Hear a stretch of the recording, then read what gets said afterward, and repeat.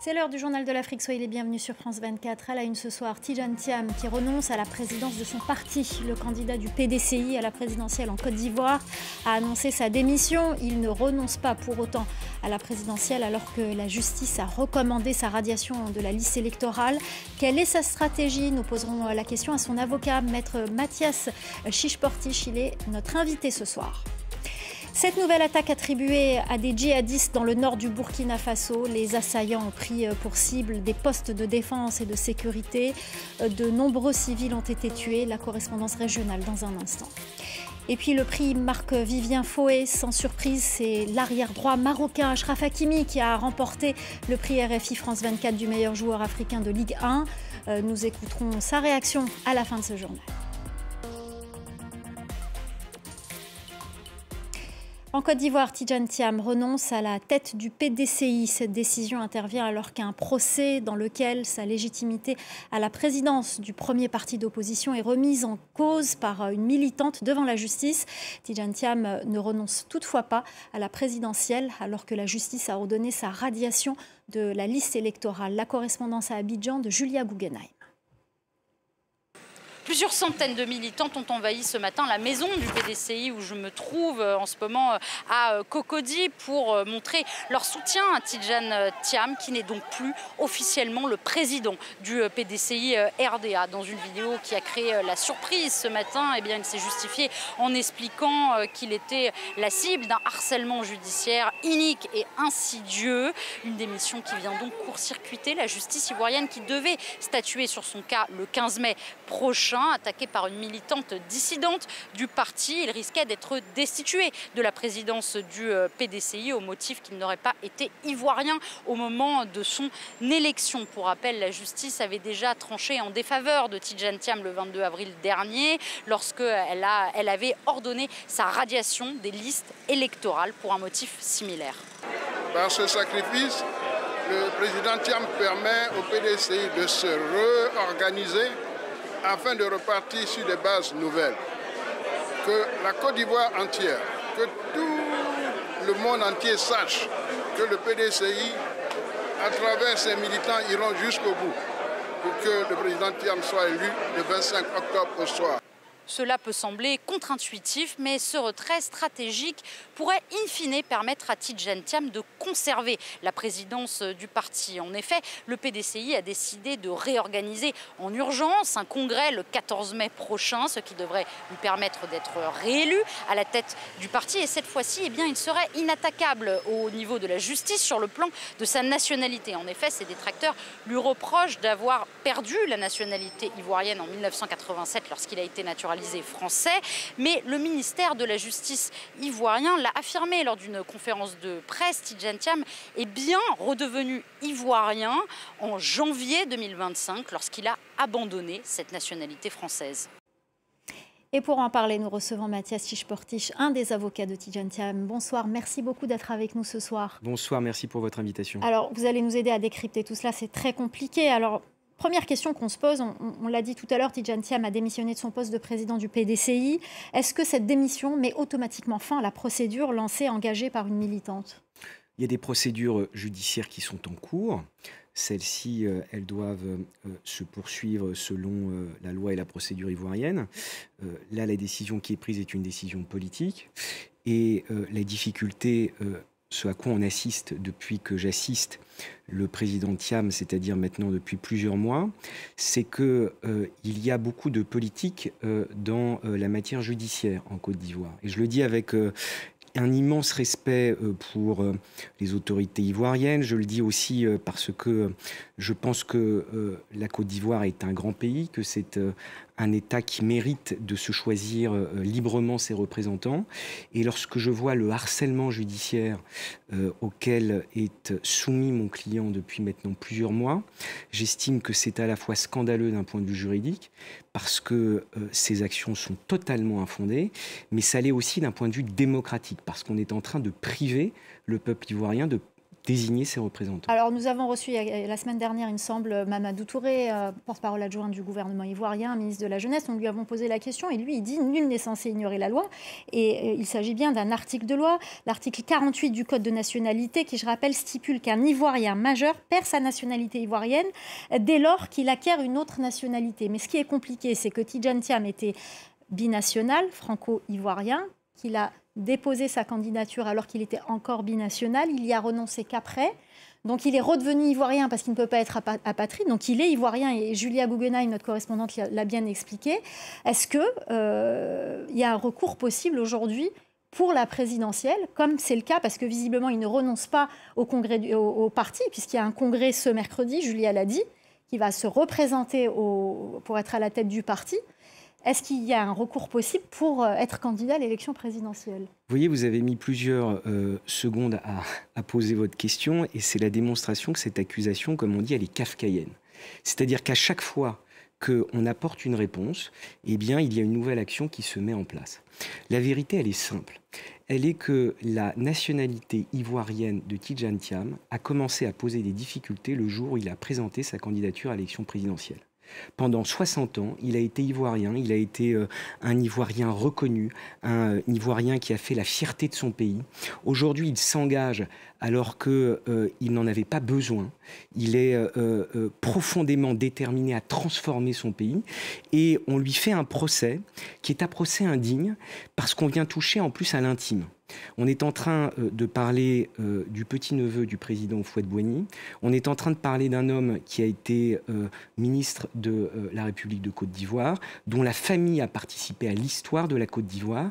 Et on vient l'attaquer sur sa nationalité, alors qu'en droit, ce texte n'est pas applicable. Tidjane Thiam est français de naissance, dès lors que son père était français. Il n'a pas à se voir appliquer ce texte. Il n'a jamais demandé la nationalité française ? Il y a eu un décret. Ce décret est un décret que l'on dit confirmatif. Ça n'est pas un décret créateur de droit. Je ne veux pas être trop technique pour vos téléspectateurs. Mais ça n'est pas ce décret qui lui a attribué la nationalité.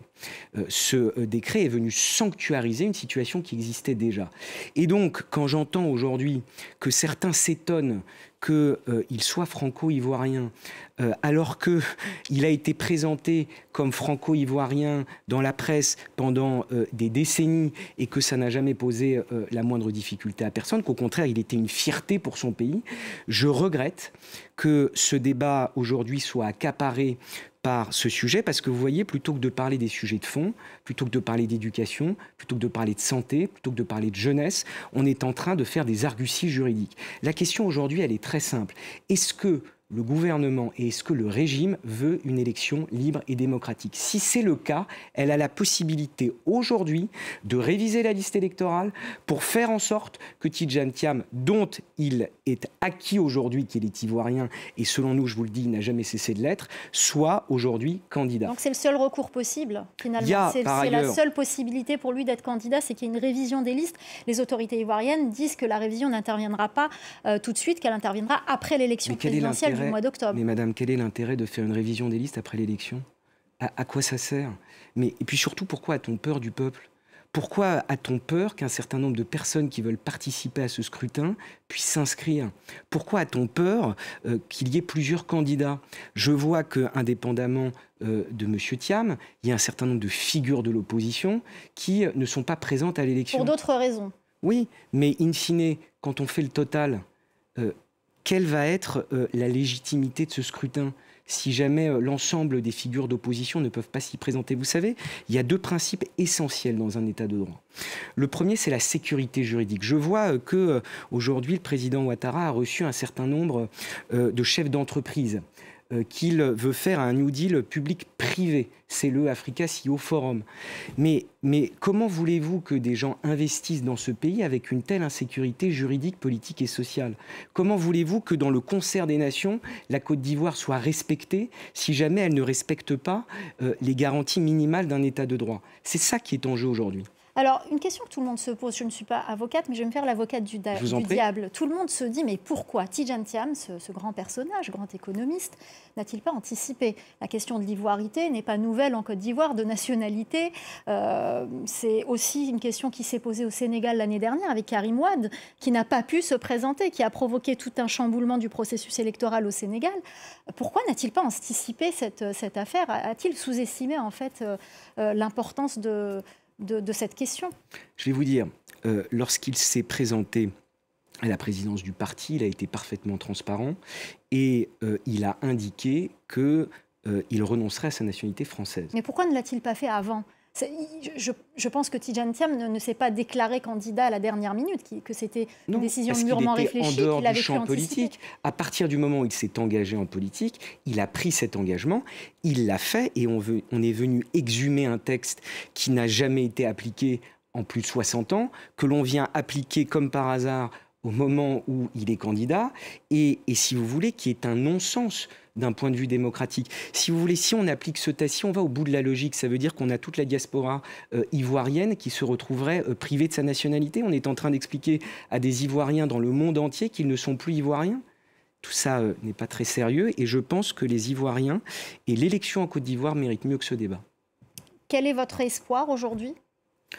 L'espoir, c'est que la raison finisse à nouveau par s'imposer, qu'on puisse organiser une élection comme dans tous les pays démocratiques, à savoir le pluralisme, la pluralité des candidats, un scrutin équitable, inclusif, où on débat projet contre projet et non pas à travers des procédures judiciaires dont je vous dis et vous certifie ce soir, sous l'autorité par ailleurs de mes confrères ivoiriens qui travaillent actuellement sur le sujet, qu'ils n'ont aucun sens et qu'ils sont au fond, je dirais, le symptôme du fait que ce pays mérite mieux. Merci beaucoup Mathias Chiche-Portiche, avocat, un des avocats de Tidjane Thiam. Merci d'être venu nous parler de cette affaire qui fait débat beaucoup aujourd'hui en Côte d'Ivoire. Merci à vous. Nouvelle attaque attribuée à des djihadistes dimanche dans le nord du Burkina Faso. Les assaillants ont pris pour cible des postes de défense et de sécurité. Cette nouvelle attaque a causé la mort de nombreux civils et militaires. La correspondance régionale de Serge Daniel. La veille de l'attaque, un groupe d'assaillants s'était déjà infiltré dans la localité de Djibo, cette localité située dans le nord du Burkina Faso, qui a été pendant un bon moment déjà sous blocus des djihadistes. Le jour J, ils étaient plusieurs centaines de présumés djihadistes. Ils sont arrivés, selon des témoins, à moto, d'autres à pied ou encore à véhicule. Ils ont ciblé 3 cibles, ils avaient 3 cibles. D'abord, le camp militaire de la localité, ensuite le poste de police de Djibo, et ensuite le camp de la gendarmerie, le poste de gendarmerie. Simultanément, les 3 cibles ont été visées. On a entendu des coups de feu nourris dans cette localité du nord du Burkina Faso. Et ce lundi, selon une source gouvernementale à Ouagadougou, la situation est sous contrôle des forces gouvernementales avec un renfort dépêché sur place. De sources locales à Djibo, on confirme effectivement que ce lundi, la situation est sous contrôle des forces gouvernementales, mais seulement après le départ des djihadistes. Côté bilan maintenant, on parle de plusieurs civils et militaires tués, des dizaines tués, faits otages et blessés.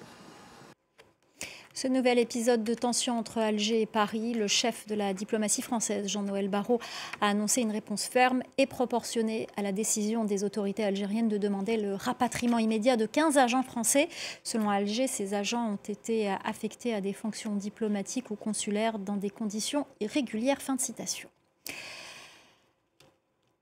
L'arrière-droit marocain Achraf Hakimi a remporté sans surprise le prix Marc-Vivien Foé du meilleur joueur africain de Ligue 1.